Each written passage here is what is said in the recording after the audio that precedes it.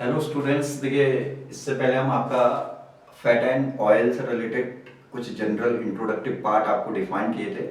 अब इस वीडियो के अंदर हम देखिए आपको तीन डिफरेंट टाइप के कंसेप्ट को, जो कि आपका कॉम्पिटिटिव एग्जाम के पर्पज से बड़ा इंपॉर्टेंट पार्ट होता है, उसको डिफाइन करते हैं। These are iodine number, saponification number and acid number या एसिड वैल्यू जो भी कहते हैं।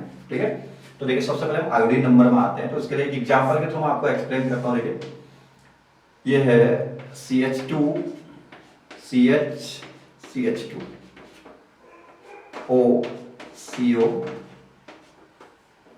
CH2 का whole 7 CH double bond CH CH2 का होल 7 CH3। ठीक है, O CO CH2 का whole 7 CH double bond CH CH2 का होल 7 CH3। O ये ट्राइएस्टर है, ये ट्राइग्लिसराइड जो भी आप कहना चाहें। CH double bond CH CH2 का होल 7 CH3। ठीक है, ये है ओलिक एसिड है। CH3 CH2 का whole 7 CH double bond CH CH2 का होल 7 COOH, ये ग्लिसरॉल था।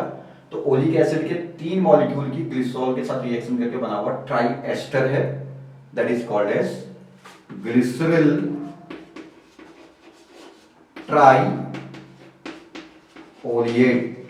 ठीक है, ये क्या है, एक ऑयल अनसैचुरेशन दिख रहा है ना हाइड्रोकार्बन टेल के अंदर, तो ये क्या हुआ, एक ऑयल। ठीक है, इस ऑयल को यदि आप ट्रीट कराते हैं भैया किसके साथ, आयोडीन के साथ, किसके साथ रिएक्शन करेंगे, आयोडीन के साथ। तो आयोडीनेशन कर रहा हम इसका, तो एक I2 क्या होगा, इस डबल बॉन्ड पे एडिशन करेगा, एक यहाँ पे एडिशन करेगा, यहाँ पे एडिशन, तो 3I2 का एडिशन होगा। तो क्या बन जाएगा, यहाँ से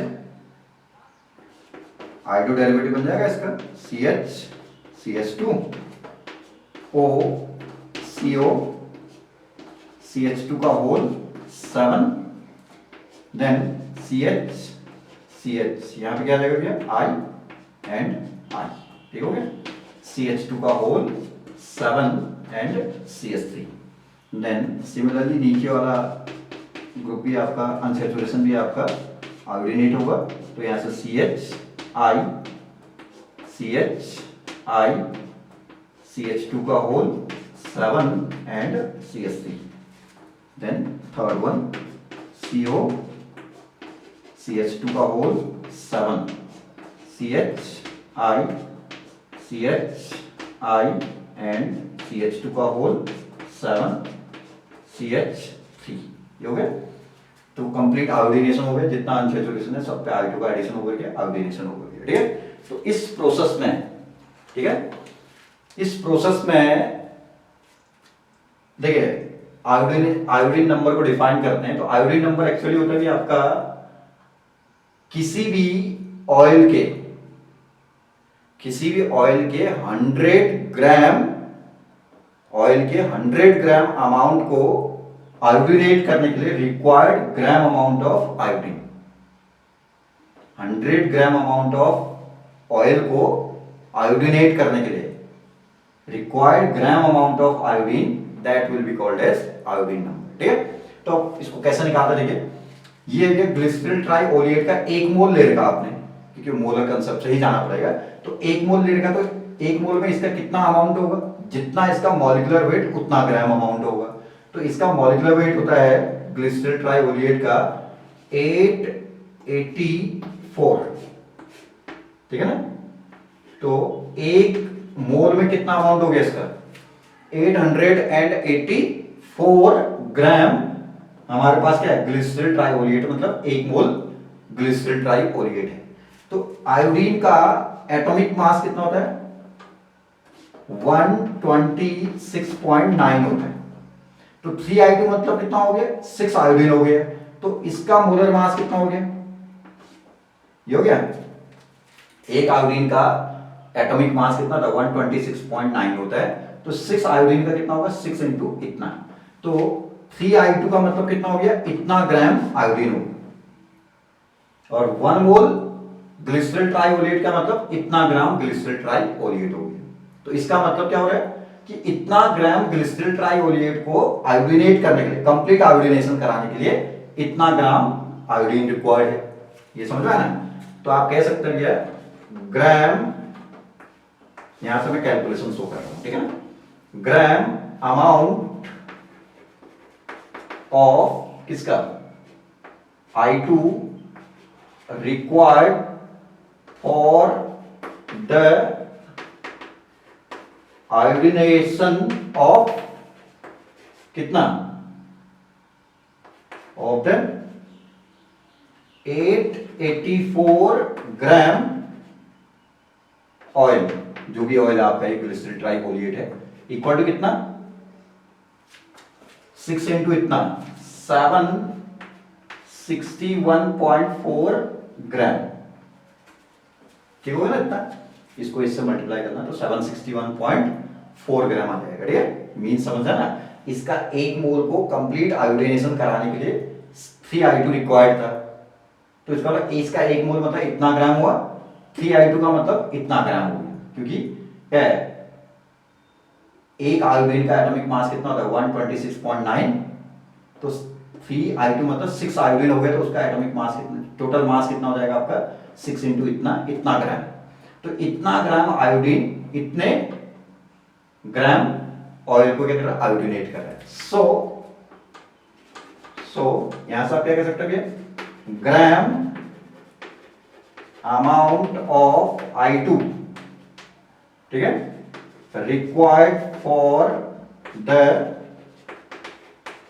आयोडीनेशन ऑफ कितना 100 ग्राम ऑयल इक्वल टू कितना 761.4 इंटू 100 डिवाइडेड बाई 884, ठीक हो गया, इतना ग्राम आ जाएगा, ठीक है। तो ये वैल्यू आता है 86, बात समझ में आया ना।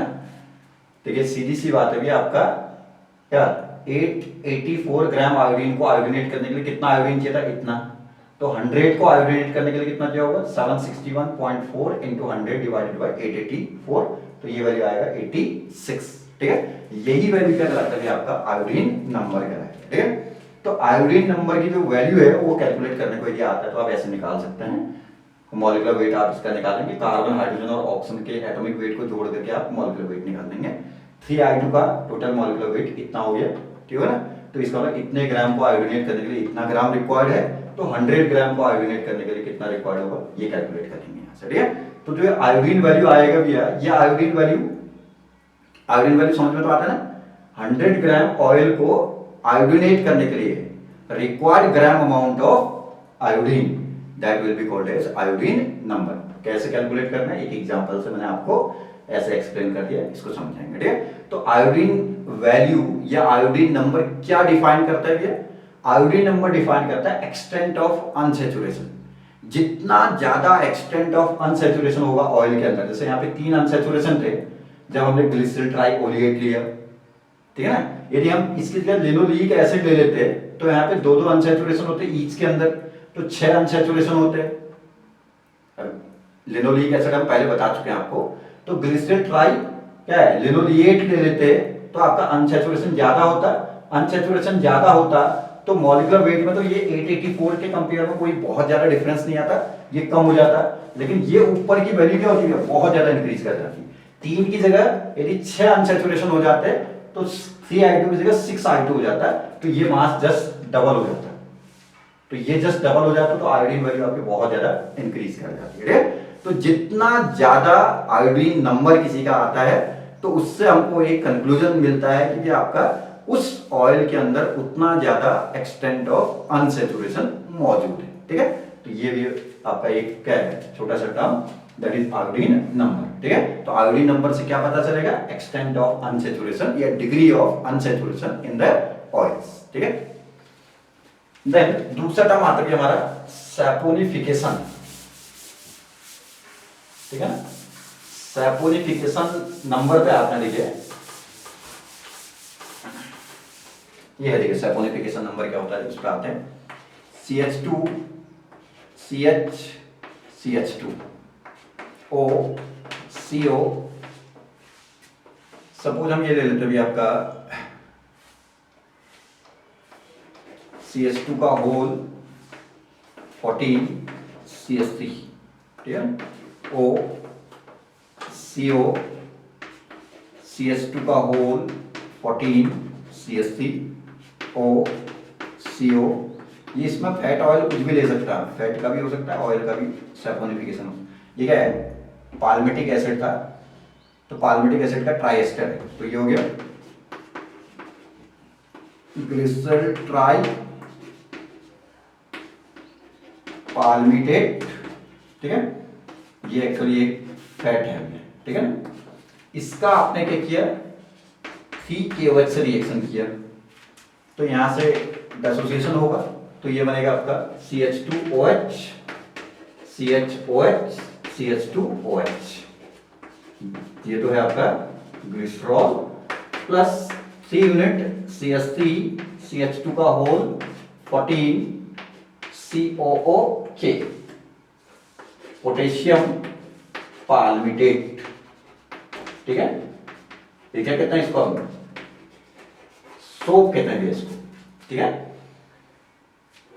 फैट को यदि आप KOH के साथ यदि आप रिएक्ट कराते हैं तो ये डिसोसिएट होगा, डिकम्पोज करेगा, देन इसके डिकम्पोज करने से आपका क्या बनेगा, ग्लिसरॉल बनेगा और potassium salt of fatty acid बनेगा, जिसको हम क्या कहते हैं, सोप कहते हैं।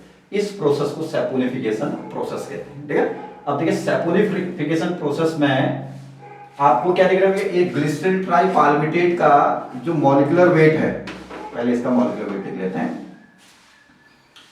ग्लिसरॉल ट्राई पाल्मिटेट, और साथ ही साथ KOH का भी आपको क्या पता होना चाहिए, मॉलिक्यूलर वेट पता होना चाहिए, ठीक है। जैसे पहले वाले ग्रुप में हमने आपको डिफाइन किया था, वैसे हम यहां पर भी आपको डिफाइन करें। इसका मॉलिक्यूलर वेट का 168 ग्राम, ये 168 निकला मॉलिक्यूलर वेट, इसका मॉलिक्यूलर वेट भी आपका 807, मेरी बात समझ में आ गया। इसका मॉलिक्यूलर वेट इतना, मतलब क्या हुआ, इसके 1 मोल में इतना ग्राम क्वांटिटी होगा, ठीक है। किसी के 1 मोल क्वांटिटी में क्या है, जिसको हम मॉलिक्यूलर वेट कह रहे हैं, उसमें कितना अमाउंट होता है, जितना मॉलिक्यूलर वेट होता है उतना ग्राम क्वांटिटी प्रेजेंट होता है। 3KOH में आपका कितना हो, 1 KOH कितना होगा 39, ऑक्सीजन का कितना होगा ये 16, क्या होगा ना, हाइड्रोजन का कितना 1, कितना 9 + 6 5 15 + 1 16, ठीक होगा ना। देन ये कितना हो गया 5 50 16 5, ठीक है। 56 मल्टीप्लाई बाई 3 KOH है, 1 KOH का कितना होता है मॉलिक्यूलर वेट 56, तो 3 KOH का कितना हो जाएगा 168, तो 3 KOH का मतलब क्या होगा, 3 मोल KOH लिया है, तो 3 मोल KOH का मॉलिक्यूलर वेट इतना है, तो आपका क्या होगा, इतना ग्राम अमाउंट हो गया इसका, ठीक है। तो 3 KOH या 3 मोल KOH में कितना अमाउंट 168, 1 मोल पोटेशियम ट्राइग्लिसरेट में पाल्मिटेट में कितना अमाउंट वो 807। तो यहां से एक चीज देखिए, मिलीग्राम, इस क्वांटिटी को हम मिलीग्राम में लेंगे तो कितना हो जाएगा 000 पर जाएगा, ठीक है। मिलीग्राम अमाउंट ऑफ किसका, सोप, सॉरी सोप KOH, ठीक है, रिक्वायर्ड टू सैपोनिफाई कितना 807 gram fat, glycerol try palmitate भी था, तो कितना, इतना 1 मोल, ये मतलब इतना ग्राम, 3 मोल KOH मतलब इतना मिलीग्राम, ग्राम में कहेंगे तो 168 ग्राम, मिलीग्राम में कहेंगे तो 3 मोल KOH में इतना मिलीग्राम, ठीक है।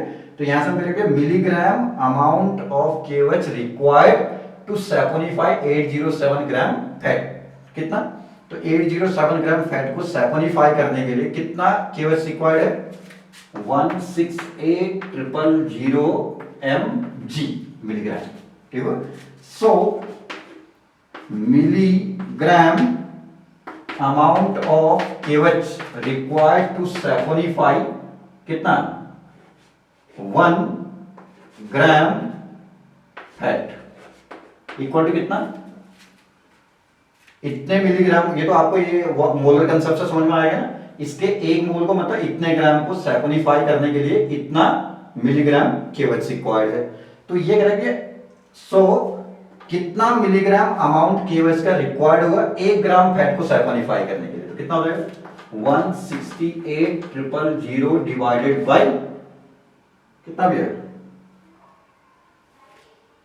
807, ठीक है। तो ये जो क्वांटिटी आती है 208, ये कराता है सैपोनिफिकेशन वैल्यू। तो सैपोनिफिकेशन वैल्यू समझिएगा केवच का मिलीग्राम में required amount, milligram amount of KOH required to saponify 1 gram fat. जो भी आप यहाँ पे हमने ग्लिसरॉल ट्राइपाल्मिटेट फैट लिया हुआ, कोई और फैट या ऑयल भी ले सकते हैं। किसी भी फैट या ऑयल के 1 ग्राम क्वांटिटी को सैपोनिफाई करने के लिए कितना milligram amount of KOH required होगा, that will be called as saponification number या सैपोनिफिकेशन वैल्यू, ठीक है। तो ग्लिसरॉल ट्राइपाल्मिटेट का सैपोनिफिकेशन वैल्यू कितना आ गया 208, ठीक है ना। इतना सबका अपना अपना सैपोनिफिकेशन वैल्यू आएगा। अब सैपोनिफिकेशन वैल्यू तो समझ में आया क्या है कि फैट या ऑयल के 1 ग्राम अमाउंट को सैपोनिफाई करने के लिए कितना milligram amount of KOH required है, that is called as saponification value. लेकिन इसका यूज क्या है, सिग्निफिकेंस क्या है, उस पर आते हैं। तो इसका सिग्निफिकेंस होता है सैपोनिफिकेशन वैल्यू किसी भी फैट या ऑयल के मॉलिक्यूलर वेट को डिटरमाइन क्या है एनालाइज करता है, ठीक है। जिसका सैपोनिफिकेशन, जिस फैट या ऑयल का सैपोनिफिकेशन वैल्यू जितना बड़ा आया होगा, ठीक है ना, जिसका सैपोनिफिकेशन वैल्यू जितना बड़ा उसका मॉलिक्यूलर वेट उतना छोटा होगा, ठीक है। क्यों, देखिए ये क्वांटिटी तो आपका फिक्स है क्योंकि जितने भी फैट या ऑयल है वो तो ट्राई एस्टर है, तो डिसोसिएट करने के लिए 3 केवच तो कांस्टेंट हो गया, ये क्वांटिटी फिक्स हो गई। तो आपका क्या है वेरी करने वाला फैक्टर क्या होगा, ये होगा। जिसका मॉलिक्यूल क्या है एल्किल हाइड्रोकार्बन टेल जितना बड़ा होगा, एल्काइल हाइड्रोकार्बन टेल बड़ा होगा तो ये मॉलिक्यूलर वेट बढ़ेगा ना, ये बढ़ेगा तो आपका ये क्वांटिटी क्या हो जाएगी आपकी छोटी हो जाएगी, ठीक है। तो कह सकते हैं कि आपका जितना बड़ा फैट या ऑयल होगा मॉलिक्यूलर वेट उतना बड़ा होगा तो सैपोनिफिकेशन वैल्यू उतनी कम आएगी, ठीक है। तो इनवर्स रिलेशनशिप है, ठीक है ना। जिस फैट या ऑयल का सैपोनिफिकेशन वैल्यू बहुत ज्यादा बड़ी दिख रही है इसका मतलब उसका मॉलिक्यूलर वेट क्या है कम है, कम होगा तो इसमें डिवाइड करेंगे तो बड़ी क्वांटिटी आ जाएगी, ठीक है। और जिसका मॉलिक्यूलर वेट बहुत बड़ा है जिस फैट या ऑयल का जिसमें हाइड्रोकार्बन टेल और बड़ा है तो उसमें क्या होगा ये बड़ी क्वांटिटी होगी तो ये छोटी आ जाएगी, तो सैपोनिफिकेशन वैल्यू उसकी क्या होगी शॉर्ट होगी, ठीक है। ये तो बात आ गई सैपोनिफिकेशन नंबर या वैल्यू की। तीसरा आता है आपका acid number. Acid number actually दिया जाता है किसी भी फैट या ऑयल के अंदर जो आपका फ्री फैटी एसिड आपका कंपोनेंट प्रेजेंट होता है उसको एनालाइज करने के लिए हम जिस कंसेप्ट का यूज करते हैं that is called as acid number. जैसे हमने कहा कि एक कंटेनर के अंदर हमारे पास फैट है तो उस फैट का हो सकता है कुछ क्या है अमाउंट आपका क्या है डेसोसिएट करके फैटी एसिड के फॉर्म में भी आपका कन्वर्ट हुआ हो सकता है। तो किसी भी फैट या ऑयल के अंदर कितना फैटी एसिड के मॉलिक्यूल आपका प्रेजेंट हैं, ठीक है, उसको यदि हम एनालाइज करना चाहते हैं तो उसके लिए हम किसका यूज करते हैं एसिड नंबर का, ठीक है। तो या इसी को हम दूसरे तरीके से कह सकते हैं कि वे किसी भी फैट या ऑयल को कंप्लीट न्यूट्रलाइजेशन करने के लिए, क्योंकि उसके अंदर फैटी एसिड होगा तो वो एसिडिक नेचर का हो गया तो उसको हमने न्यूट्रलाइज करना है तो उसमें हम क्या डालेंगे केवच डालेंगे, ठीक है। तो केवच डालेंगे तो केवच क्या करेगा उस फैट को क्या करेगा न्यूट्रलाइज कर देगा, सॉरी फैटी एसिड्स को, फैट के अंदर जो फैटी एसिड प्रेजेंट है उसको न्यूट्रलाइज करेगा केवच जो हम डालेंगे तो न्यूट्रलाइज हो जाएगा। तो उससे हम क्या है ये पता कर सकते हैं उसके अंदर कितना एसिड कंपोनेंट प्रेजेंट है, ठीक है। जैसे आपने ये कहा एक कंटेनर है उसके अंदर मान लीजिए 100 मॉलिक्यूल आपके फैट के हैं, 10 मॉलिक्यूल आपके फैटी एसिड के हैं, ठीक है। तो आप केवच डालेंगे तो 10 फैटी एसिड के मॉलिक्यूल को न्यूट्रलाइज करेंगे तब जाकर के वो क्या है फैट क्या होगा आपका कंप्लीट न्यूट्रल माना जाएगा। तो किसी भी फैट या ऑयल के अंदर present free fatty acid component को कंप्लीट न्यूट्रलाइज करने के लिए आपका या उसको एनालाइज करने के लिए क्या है कितना मिलीग्राम, ठीक है, कितना मिलीग्राम अमाउंट ऑफ किसका हम यूज करते हैं केवच का यूज करते हैं that is called as acid number. Milligram amount of KOH required to neutralize the free fatty acid component present in 1 gram quantity of the fat or oil। 1 gram fatty oil को आपने ले रखा है किसी container के अंदर, तो उसके अंदर जितना भी फैटी एसिड है उसको कंप्लीट न्यूट्रलाइज करना है। तो कितना मिलीग्राम आप उसमें केवेज डालते हैं, that milligram amount of KOH will be called as its क्या एसिड वैल्यू या एसिड नंबर। ये तीनों ये आपका जो टर्म है बहुत अच्छे से आपको आना चाहिए। आयोडीन नंबर अनसैचुरेशन को डिसाइड करने के लिए यूज होता है। सैपोनिफिकेशन नंबर आपका मॉलिक्यूलर वेट ऑफ फैट को या ऑयल को डिटरमाइन करने के लिए यूज किया जाता है। एसिड नंबर यूज किया जाता है किसी भी फैट या ऑयल के 1 ग्राम क्वांटिटी में कितना फैटी क्या free fatty acid component present है उसको एनालाइज करने के लिए हम एसिड नंबर का यूज करते हैं। Thank you.